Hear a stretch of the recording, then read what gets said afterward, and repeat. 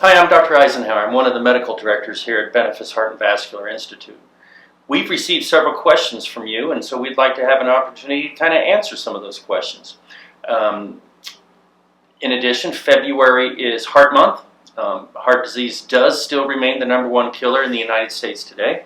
So as we think about heart disease and we think about symptoms and we think about risk factors at any time, if you'd like to be seen, just come on up and give us a call or come up and visit us in Heart and Vascular in the cardiology office. We'll be more than happy to see you. So let's jump into some of your questions. One of the trickiest symptoms patients tell us about is when they have chest discomfort after eating meals or eating certain kinds of foods. That can be tricky.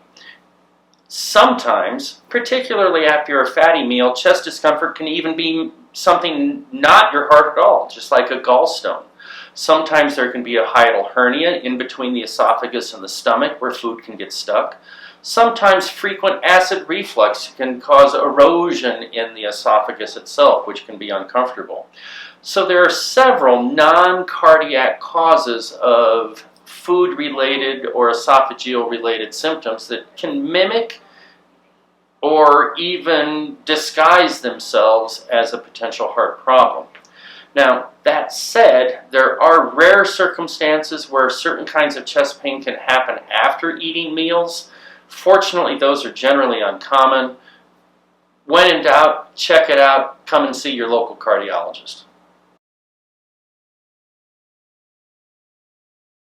Let's talk real quickly about risk factors in heart disease. There's 5 major risk factors for heart disease. Fortunately, 4 of these we can do something about. Hypertension can be treated to reach a top number goal of 130 millimeters or less. Diabetes can be managed closely, meaning keep your A1C levels down, keep your glucoses down, take your insulin and your pills as recommended. Cholesterol levels can be monitored and measured and oftentimes adjusted with pharmacology agents or drugs or prescriptions to get the LDL or bad cholesterols down to minimal levels. And smoking. Obviously, you can control smoking. We frequently are hounding our patients or asking them gently to stop smoking because that is a major risk factor for developing heart disease.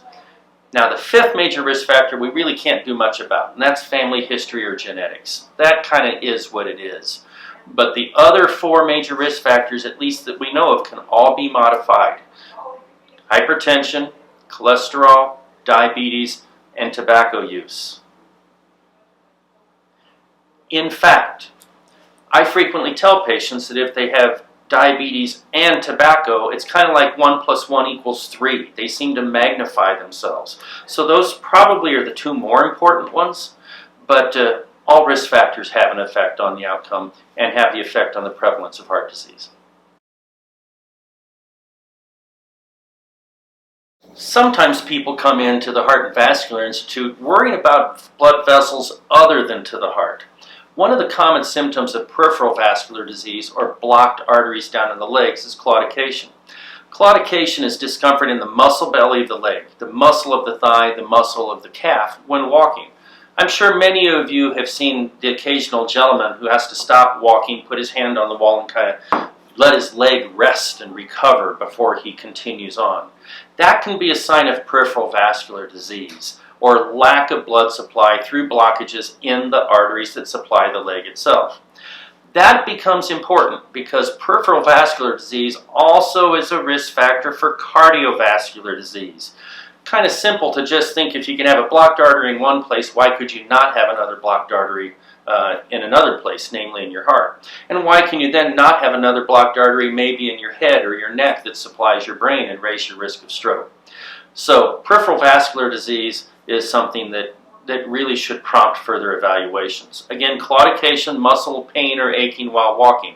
That's different than having cramps at night. Another thing that could be watched for is the sign of poorly healing wounds or ulceration in your feet. So if you have wounds in your feet that are taking a super long time to heal, or you have an ulcer in your foot that just won't heal at all, please come see us. That can be a sign of significant peripheral vascular disease. Hi, I'm Dr. Konarzewska, one of the cardiologists here at Benefis. I specialize in rhythm problem, put pacemakers and defibrillators in, but my special interest is also preventive cardiology and women's heart health. The short answer would be yes to both.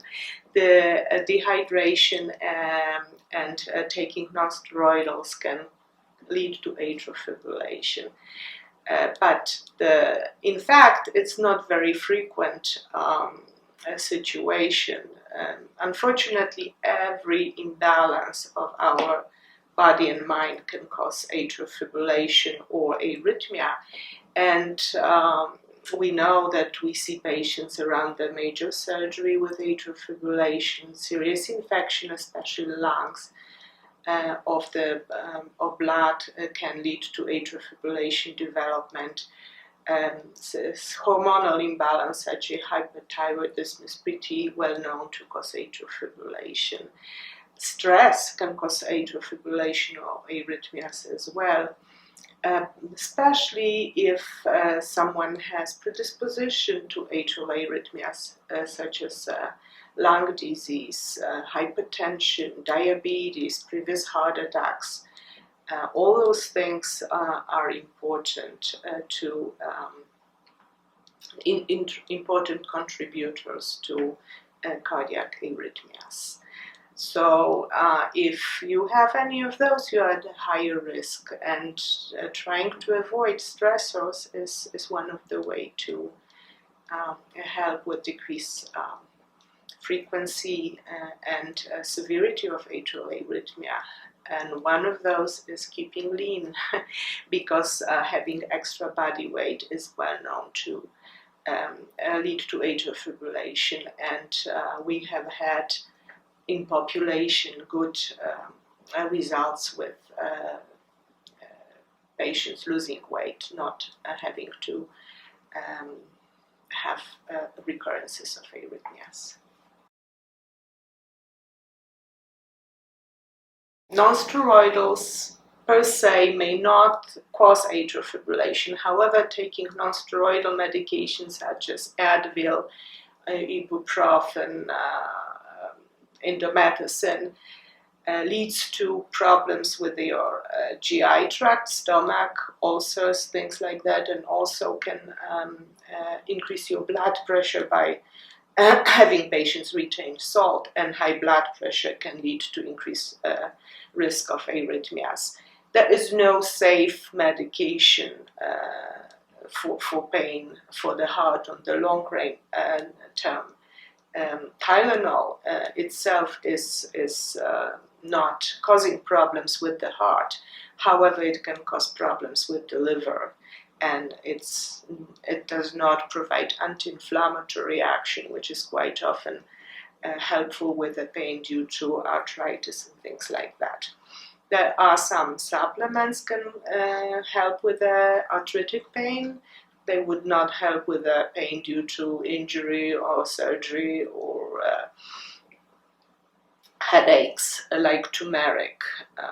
And they are considered to be pretty safe on the long range. But basically, any medication, even those we prescribe to help, may have side effects. And any medication should be taken only when needed to decrease your risk of heart attack or stroke, treat certain disease, and in order to avoid needs for that, we have potential tremendous possibility. Of course, we cannot reverse getting older, we cannot reverse our genetics, which can lead to certain disease, but eating healthy, well, first is not smoking, is the most important part of heart and brain disease prevention. Eating healthy, which means a lot of vegetables and fruit in your diet.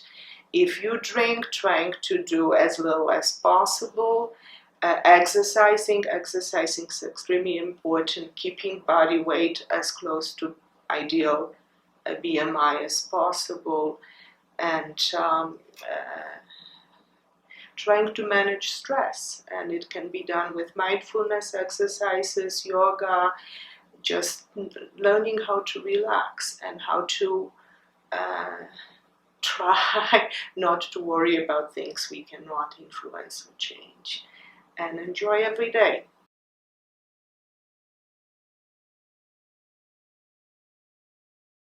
It's a complex question. It depends on what kind of heart issues you have in the family. People with familial hypertrophic cardiomyopathy, obstructive cardiomyopathy, familial idiopathic cardiomyopathy should be seeing cardiologists on a regular basis, and I'm sure that the cardiologist who has seen their relatives advise them on that, and they've had already echocardiogram screening and things like that.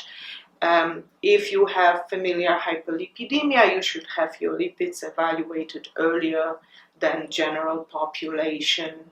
Again, but if it's your father who had heart attack at 72, having hypertension, smoking, and having diabetes, you may not have the similar fate if you are 32 and young. So preventive cardiology comes to mind again.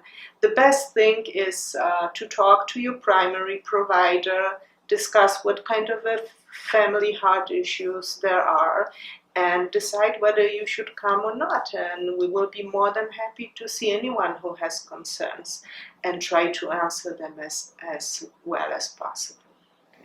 I'm Dr. Sochanski. I'm one of the cardiologists at Benefis. I specialize in coronary care, interventions, and also hypertensive heart disease, congestive heart failure, peripheral vascular disease. The answer is not clear. If we had trauma, if we had some kind of an injury to the chest and we know that those muscles were injured, we have an obvious cause. If we don't have that cause and suddenly we have muscle spasms, it can be related to our bones, to our joints. So I would say the first step would be, instead of going directly to cardiology, is to have that evaluated by the primary care physician. So I would recommend primary care physician visit, and then he or she can take over from there to decide if it's concerning enough to refer to us to a cardiology department. Stents, as they're placed in the body, they are going to be there permanently. They're ingrained into the wall of an artery. So there is no way that we can replace them, since they're formed scaffolding to keep the artery open. What happens as we get older, or we have same risk factors that we're not able to contain, the new blockages can develop either within the stent or around the stents, causing new symptoms. So usually if somebody has recurrent symptoms of chest pain or dyspnea on exertion that are similar to the previous episodes, this is, or it could be, a sign of progression of coronary artery disease not related to the previous stent placement. So in the case of that symptom, the best thing is to either check with your cardiologist if you have an active relationship, or if for whatever reason that relationship was lost, possibly either start with primary care physician or provider, or directly self-refer for a cardiology care. If you have additional questions, or if you think you need to see a cardiologist, please give our offices a call. Area code 406-455-4320. Our staff will then work with you to determine whether or not we need a formal referral from your primary care physician. Again, February's Heart Month. Happy heart and healthy heart.